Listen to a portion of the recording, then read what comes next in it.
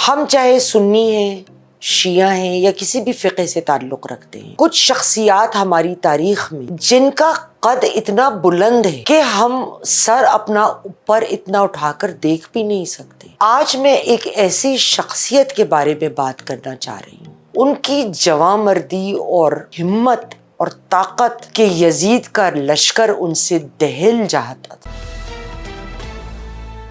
السلام علیکم خواتین و حضرات، میں ہوں آپ کی میزبان یاسمین آفتاب علی، پروگرام اور چینل یاسمین آفتاب علی کے ساتھ۔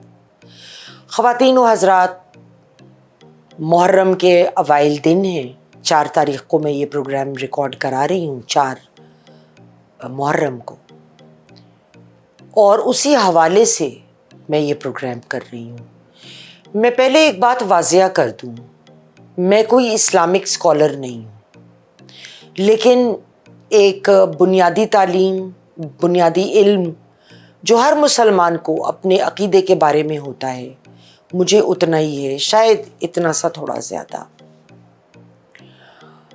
ہم چاہے سنی ہیں، شیعہ ہیں یا کسی بھی فقہ سے تعلق رکھتے ہیں، کچھ شخصیات ہماری تاریخ میں اور اسلامی تاریخ میں ایسی ہیں جن کا قد اتنا بلند ہے کہ ہم سر اپنا اوپر اتنا اٹھا کر دیکھ بھی نہیں سکتے، ہم تو ان کے قدموں کی دھول بھی نہیں ہیں۔ آج میں ایک ایسی شخصیت کے بارے میں بات کرنا چاہ رہی ہوں جن سے مجھے ہمیشہ، میں نے جب ان کے بارے میں پڑھا، بہت عقیدت ہے، اور یہ ایسی عقیدت ہے جس کو میں کہوں کہ عشق کے قریب قریب ہے، تو میں غلط نہیں کہہ رہی ہوں۔ میں بات کر رہی ہوں مولا عباس حیدر کی۔ لفظ مولا عربی میں دوست کو کہتے ہیں، تو عباس ابن علی، مولا علی کے صاحبزادے، جن کی والدہ ام بنین کے نام سے مشہور ہوئی۔ مورخین کا کہنا ہے کہ مولا عباس نے اس وقت تک پیدائش کے بعد آنکھیں نہیں کھولیں جب تک ہمارے پیارے حضرت حسین علیہ السلام نے ان کو گود میں نہ لیا۔ اور مولا عباس حیدر کی عقیدت حضرت حسین علیہ السلام سے ایسی تھی کہ اس کی مثال کم کم ملتی ہے، لائلٹی اور عزت۔ ان کے ہاف بردر تھے وہ، لیکن مولا عباس نے ہمیشہ حضرت حسین علیہ السلام کو اپنا آقا، اپنا معتبر، اپنا رہنما مانا۔ 4 بھائی تھے مولا عباس حیدر، اور مولا عباس کے بڑے القاب ہیں، کچھ لوگ ان کو غازی عباس کے نام سے بلاتے ہیں، کوئی کچھ کوئی کچھ۔ ان کی جواں مردی اور ہمت اور طاقت کہ یزید کا لشکر ان سے دہل جاتا تھا، ان کی اتنی دہشت تھی ان پہ۔ اور یہ کیوں تھی؟ مولا عباس اور ان کے تینوں بھائی کربلا کی جنگ میں شہید ہوئے۔ اللہ تعالیٰ ان سب کو اعلیٰ سے اعلیٰ مقام عطا کرے، آمین ثم آمین۔ لیکن تھوڑا سا بیک گراؤنڈ مولا عباس کے بارے میں بہت لوگ جانتے ہوں گے، بہت لوگ نہیں جانتے ہوں گے۔ حضرت علی نے جو جنگیں لڑیں معاویہ ابن علی سفیان سے، جو سیریا کا گورنر تھا اور اسلام کا بہت بڑا مخالف تھا، اس میں ایک جنگ صفن کی تھی۔ صفن کی جنگ میں مورخین کے درمیان اختلاف پایا جاتا ہے۔ کچھ مورخین کہتے ہیں کہ لشکر معاویہ کا 2.5 لاکھ پہ مشتمل تھا، کچھ لوگ کہتے ہیں کہ وہ 1,20,000 پہ مشتمل تھا، جبکہ دوسری جانب مولا علی کے پاس غالباً چند سو سے زیادہ لوگ نہیں تھے لڑنے کے لیے، کم لوگ تھے، 1000 کے لگ بھگ یا اس کے ارد گرد۔ جب اتنا بڑا لشکر سامنے تھا تو مولا علی نے اپنے بیٹوں سے پوچھا کہ کون تم میں سے جنگ لڑے گا؟ یہ سنتے ہی ان کے بڑے صاحبزادے حضرت جعفر علیہ السلام آگے بڑھے اور انہوں نے کہا کہ بابا میں جاؤں گا جنگ لڑنے۔ مولا علی نے ان سے پوچھا کہ تمہیں کیا چاہیے؟ تو انہوں نے اپنی ضروریات بتائیں، جس میں ان کی تلوار کی فرمائش تھی، ان کے گھوڑے کی فرمائش تھی اور 1500 لشکر کی فرمائش تھی۔ تو مولا علی نے بڑا مسکرا کے یہ کہا کہ باقی باتیں تو ٹھیک، لیکن نماز فجر کی ہو چکی ہے، ظہرین کی نماز میں زیادہ ٹائم نہیں ہے، تو میں 1500 لوگوں کا بندوبست اتنے کم وقت میں تو نہیں کر پاؤں گا۔ پھر حضرت اون سامنے آئے اور انہوں نے بھی بات کری کہ میں لشکر کو لیڈ کروں گا۔ سوال میں کہ تمہیں کیا چاہیے، انہوں نے گھوڑا اور تلوار کی تو فرمائش رکھی، مگر لشکر کے بارے میں کہا کہ مجھے 1000 لشکر عطا فرمائیے۔ جواب مولا علی نے وہی دیا جو حضرت جعفر علیہ السلام کو دیا تھا۔ پھر مولا عباس حیدر سامنے آئے۔ مورخین ان کی عمر میں فرق رکھتے ہیں، کچھ کہتے ہیں اس وقت ان کی عمر 11 سال تھی اور کچھ کہتے ہیں ان کی عمر 13 سال تھی، مگر یہ طے ہے کہ ان کی عمر 13 سال سے زائد نہیں تھی۔ انہوں نے کہا بابا میں جنگ لڑوں گا۔ تو مولا علی نے کہا اور تمہیں کیا چاہیے؟ تو انہوں نے کہا نہ مجھے آپ کا گھوڑا چاہیے، نہ آپ کی تلوار چاہیے بابا، نہ مجھے لشکر چاہیے، مجھے آپ کی اجازت چاہیے۔ یہ سن کر انہوں نے، کہتے ہیں کہ ان کے دونوں کندھوں پہ بوسہ دیا اور انہیں اپنے خیمے میں لے گئے۔ جب نکلے تو ان کے سر پہ مولا علی کا عمامہ تھا اور ان کے کندھے پہ اپنے باپ کی چادر تھی۔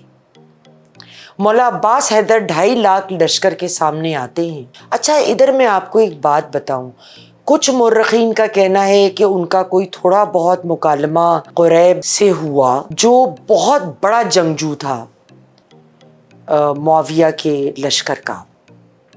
کچھ لوگ کہتے ہیں ایسا نہیں ہوا، لیکن 2-3 جو مجھے اچھے ریفرنسز ملے اس میں مکالمے کی تصدیق تھی۔ تو وہ للکار کے انہوں نے پوچھا کہ مجھ سے کون لڑے گا؟ اب لوگ آبویسلی آپ سوچیں کہ ایک بندہ کھڑا ہے، وہ 2.5 لاکھ بندے سے یہ بات کرتا ہے، تو وہ یا تو اس کو دیوانہ سمجھیں گے یا بے حد بہادر اور نڈر۔ تو کچھ دیر بعد قریب سامنے آیا اور اس نے پوچھا کہ تم کون ہو؟